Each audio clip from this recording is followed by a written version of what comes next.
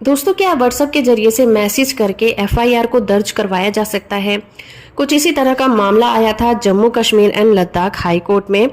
और इस केस का टाइटल है Dilshad Sheikh and another versus Shubha Sheikh case. इस केस में जस्टिस जावेद इकबाल वानी की सिंगल बेंच ने अपने इम्पोर्टेंट जजमेंट में कहा है कि व्हाट्सएप के जरिए से इंफॉर्मेशन मिलने पर भी एफआईआर को दर्ज कर सकते हैं। इस केस में भाई बहनों के बीच प्रॉपर्टी को लेकर कुछ विवाद था, जो उनके पिता के मरने के बाद जो उन्होंने प्रॉपर्टी छोड़ी थी उस पर उनका डिस्प्यूट था, जिसके आधार पर ये जो लड़की थी शुभा शेख, उसने अपने दूसरे भाई बहनों के खिलाफ कंप्लेंट को दर्ज कराया था। इस केस में लड़की ने कई बार व्हाट्सएप के जरिए से और ईमेल के जरिए से एसएचओ को और रिलेटेड पुलिस स्टेशन में अपनी कंप्लेंट को भेजा था, मगर उसके ऊपर किसी तरह की कोई कार्रवाई नहीं हुई थी। लेकिन जब इन मामलों में कोई कार्रवाई नहीं हुई तो महिला ने सीआरपीसी के सेक्शन 156 क्लॉज 3 के तहत रिलेटेड मजिस्ट्रेट के पास शिकायतें दर्ज करने की रिक्वेस्ट की और कहा कि वो एसएचओ को शिकायतों पर कार्रवाई करने का आदेश दे। फिर मजिस्ट्रेट ने इन मामले में एसएचओ को आदेश दिया कि वो इस मामले में इन्वेस्टिगेशन करें और एफआईआर को दर्ज करें।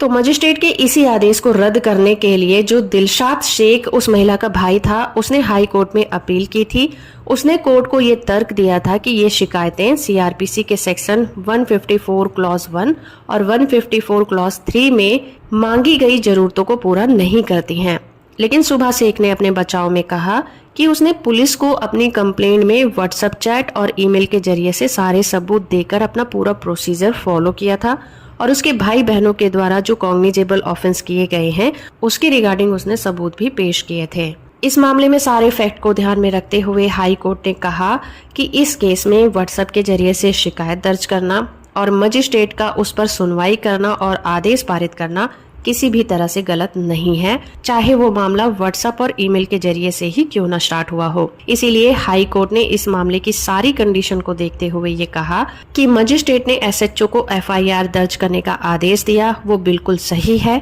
इसीलिए कोर्ट ने दिलशाद शेख की जो चुनौती देने वाली याचिका थी उसे खारिज कर दिया और ये भी कहा कि किसी भी इनिशियल स्टेज पर किसी भी क्रिमिनल प्रोसीजर को रोका नहीं जा सकता